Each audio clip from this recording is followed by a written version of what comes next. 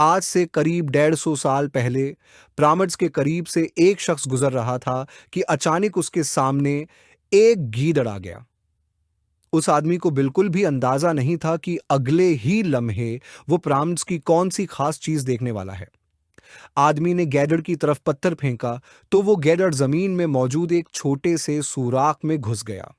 ये मंजर देखकर वो शख्स खुद को रोक न सका, क्योंकि अब वो पिरामिड में बने उस रास्ते के अंदर झांकना चाहता था। जैसे ही वो अंदर दाखिल हुआ, उसने खुद को चंद लम्हों के अंदर एक खुफिया चैम्बर में पाया, जिसमें ऐसी ऐसी दीवारें पाई गईं जिन पर अजीब व गरीब तहरीर लिखी हुई थी, जिसने दुनिया भर के मुहक्किकीन और माहिरीन आसार कदीमा को हिलाकर रख दिया। मालूम हुआ कि एहराम के अंदर खुफिया चैम्बर्स भी मौजूद हैं, जिन पर आज तक तहकीक जारी है। उस वीडियो के पहले हिस्से में हमने देखा कि कैसे 4,500 साल पहले मिस्रियों ने बगैर कंपास के न सिर्फ इहराम की हर साइड को दरिस्त समत में बनाया, बल्कि बगैर किसी जदीद ले वलंग टूल के ज़मीन को मुकम्मल तौर पर हमवार भी किया। न सिर्फ ये, बल्कि हमने ये भी जाना कि उन्होंने बगैर जदीद आलात के 50 टन वजनी पत्थरों को इस स्क्वायर शेप में काटा और उन्हें किसी क्रीन की मदद के बगैर एहराम की चोटी तक पहुंचाया। ये तमाम चीजें जानने के बाद मुहक्किकीन हैरान थे कि कंगुस चेंबर में मौजूद एक मुकम्मल ग्रेनाइट से बना हुआ ताबूत उस तंग रास्ते से अंदर कैसे लाया गया। इहराम बनाने का असल मकसद क्या था? और जब रोबोटक कैमरा ने इहराम के अंदर पत्थर के सल्लाब में सुराख किया, तो उसने ऐसा मंजर देखा जो पिछले 4,500 सालों से किसी ने भी नहीं देखा था। ये सब आप जान सकेंगे वीडियो के उस हिस्से में, तो आइए शुरू करते हैं। चीलिंग नंबर 7 दीगर तमाम एहरामों के मुकाबले में सबसे ऊंचा और शानदार एहराम है, जिसके अंदर अब तक 2 खुफिया चैम्बर्स दरियाफ्त हो चुके हैं। एक को कंगुस चैम्बर और दूसरे को क्वींस चैम्बर का नाम दिया गया है। जब पहली बार मुहक्किकीन की टीम कंगुस चैम्बर के अंदर गई, तो उन्होंने वहां ऐसी चीज देखी जिसकी तौक्का नहीं थी। जी हां, उन्हें वहां 4,500 साल पुराना ग्रेनाइट से बना एक ऐसा ताबूत मिला जो अंदर से खाली था। लेकिन हैरानकुन बात ताबूत का मिलना नहीं था, बल्कि माहिरीन ये देखकर हैरान रह गए कि कंगुस चैम्बर के अंदर आने का रास्ता सिर्फ एक छोटा सा सुराख था, जिसमें से इंसान का गुजरना भी मुश्किल था। तो आखिर एक मुकम्मल ग्रेनाइट का भारी ताबूत अंदर कैसे आया? कई सालों की तहकीक के बाद आखिरकार ये नतीजा निकाला गया कि पहले कंगस चैम्बर को अंदर से तामीर किया गया और इसी वक्त ये ताबूत वहां रखा गया था। उसके बाद चैम्बर को सेल कर दिया गया और सिर्फ ये छोटा सा सुराख छोड़ा गया। चिलिंग नंबर 8 आखिर 4,500 साल पहले वो कौन लोग थे जिन्होंने इतनी मुश्किल तकनीक से इहरामात तामीर किए? ये एक ऐसा सवाल था जिस पर कई नजरिए दिए जाते रहे हैं। कुछ लोगों का मानना है कि ये मुश्किल तरीन काम इन मजदूरों से करवाया गया जो मिस्री नहीं थे और उन्हें जबरदस्ती काम पर मजबूर किया जाता था। कभी यह नजरिया भी सुनने को मिला कि हजारों साल पहले जमीन पर खलाई मखलूक आइलैंड्स आई थी, जिन्होंने ये इहरामात बनाकर छोड़ दिए। लेकिन माहिरीन ने कई सालों की तहकीक के बाद कुछ ऐसे शवाहिद दरियाफत किए हैं जिन्होंने उन तमाम नजरियात को रद्द कर दिया है। जी हाँ, माहिरीन ने जब एहराम के करीब मिलने वाली मजदूरों की हड्डियों और ढांचों का तज्जिया किया, तो उन्हें एक हैरान कुन चीज नजर आई। कुछ मजदूरों की हड्डियों पर जोड़ लगे हुए थे और कुछ की सर्जरी भी की गई थी। तहकीक के मुताबिक जिन लोगों ने एहरामात तामीर किए थे, वो किसी भी सूरत गुलाम नहीं हो सकते, क्योंकि एहराम की तामीर के दौरान उनका तबी इलाज भी किया जा रहा था, जबकि कदीम दौर में गुलामों पर उस कदर तोजा नहीं दी जाती थी। न सिर्फ ये, बल्कि माहिरीन ने उन ढांचों की दोबारा तश्कील रिकॉन्स्ट्रक्शन भी की, जिससे ये बात वाज़ेह हो गई कि गीज़ा के एहरामात बनाने वाले लोग कैसे दिखते थे। चीलिंग नंबर 9 अब जब ये साबित हो चुका था कि न तो एहरामात को खलाई मखलूक आइलैंड्स ने बनाया और न ही गुलामों ने, तो अब यह जानना बाकी था कि आखिर कितने मजदूरों ने मिलकर ये शानदार तामीरात मुकम्मल की।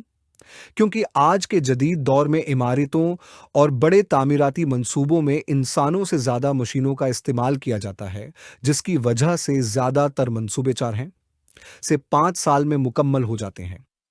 लेकिन हजारों साल पहले ना उनके पास कोई मशीनें थीं और न ही जदीद औजार। तो जाहिर है कि इस वक्त एहरामात की तामीर में बहुत बड़ी तादाद में मजदूर लगे होंगे। लेकिन आखिर कितने? तारीख से ये मालूम होता है कि एहरामात बनाने में कम एक वक्त में 1 लाख मजदूरों की मदद ली गई और ये मजदूर पूरे मुल्क से इकट्ठे किए गए थे। चीलिंग नंबर 10। एहरामात के राज अब खुलना शुरू हो चुके थे। माहिरीन आसार कदीमा आर्कियोलॉजिस्ट अब एक ऐसे मकाम पर पहुंच चुके थे जहां उन्होंने एहरामात की तामीर के कई छपे राज फाश कर दिए थे। लेकिन कई राज अभी भी पोशीदा थे जो बार बार मुहक्किकीन को अलझा रहे थे। उनमें से एक बड़ा सवाल था, आखिर एहरामात बनाने का मकसद क्या था? जी हाँ, 60 लाख टन से ज्यादा वजनी बड़े बड़े पत्थरों से बने उन अजीम जुसा एहरामात और उनके अंदर मौजूद खफिया चैम्बर्स का आखिर कोई तो मकसद होगा। मुहक्किकीन का मानना था कि सिर्फ एक मम्मी या मुर्दे को दफनाने के लिए इतनी बड़ी तामीरात हो सकती हैं, नहीं की जा सकती थीं, बल्कि उन एहरामात का कोई और खफिया मकसद भी था। उस राज को जानने के लिए दुनिया भर के मुख्तलिफ तहकीकी उदारों की मदद ली गई और आखिरकार ये नतीजा निकाला गया कि अहरामात का मकसद इंसान को खुदा बनाना था। जी हाँ, मिस्रियों का मानना था कि जब इंसान मर जाता है तो वो ऊपर आसमान में जाकर एक सितारा बन जाता है। मिस्रियों का मानना था कि जब कोई इंसान मर जाता है तो वो आसमान में जाकर एक सितारा बन जाता है और मरने के बाद भी वो अपनी फैमिली, साथियों और अपनी जमीन के काम आता रहता है। उसीलिए उसे एहराम में दफनाया जाता था ताकि वो एहराम की दीवारों पर किंदा मजहबी जबान की मदद से अपना मकसद हासिल कर सके। यही शायद उनका पल यानी बुर्ज था जो मरने वाले को खुदा के करीब ले जाता था। लेकिन आया एहरामात का असल मकसद यही था या कुछ और? उसका अभी तक कोई ठोस सबूत नहीं मिला। चीलिंग नंबर 11। हैरान कुन इंजीनियरिंग ये कदीम तरीन तामीराती डिजाइन एक बार फिर माहरीन के लिए परेशानी का बास बन गया। ये मामला उस वक्त शुरू हुआ जब गीजा के एहरामात की एक फजाई तस्वीर ली गई जिसमें यह देखा गया कि तीनों एहरामात बिल्कुल एक लाइन में नहीं हैं। ये एक मामा था, क्योंकि जो लोग 4500 साल पहले मिलीमीटर की सतह पर काम करके इतनी शानदार तामीर कर सकते थे, उन्होंने फिर तीनों अहरामात को एक सैयद में क्यों नहीं बनाया? और ये तीनों अहरामात किसी भी जाविये से एक दूसरे से मुकम्मल तौर पर हम आहंग नजर नहीं आते। पहले तो उसे एक इत्तेफाक समझा गया, लेकिन यह तब तक था जब तक रोबोटक माहरीन ने उसका कोड हल नहीं कर लिया। सतारों के निजाम से ताल्लुक।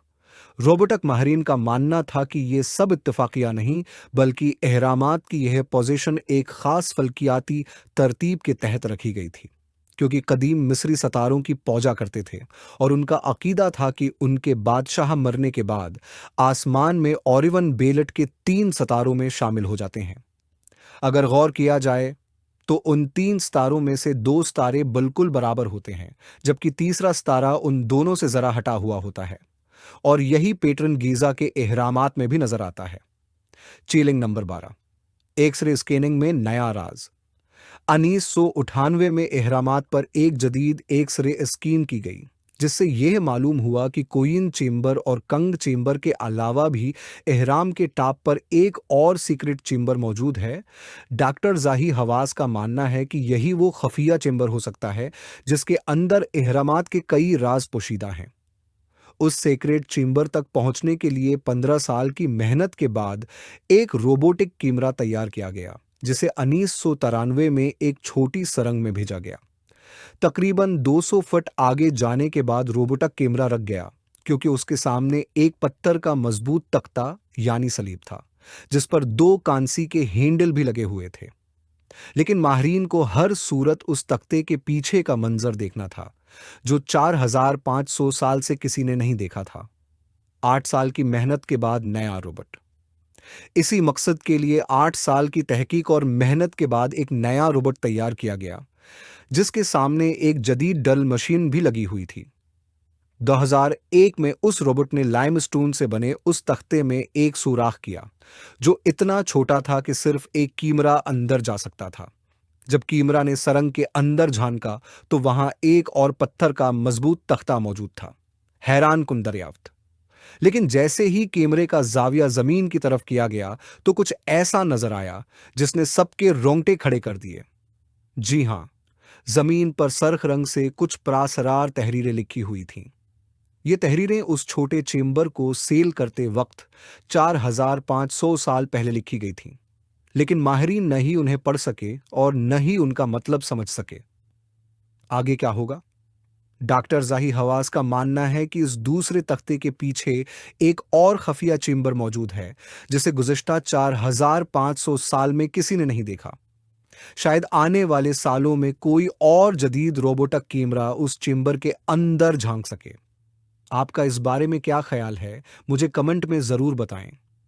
उम्मीद है कि आप इस एपिसोड को भरपूर लाइक और शेयर करेंगे। आपके मोहब्बत भरे कमेंट्स का बेहद शुक्रिया। मिलते हैं अगली शानदार वीडियो में।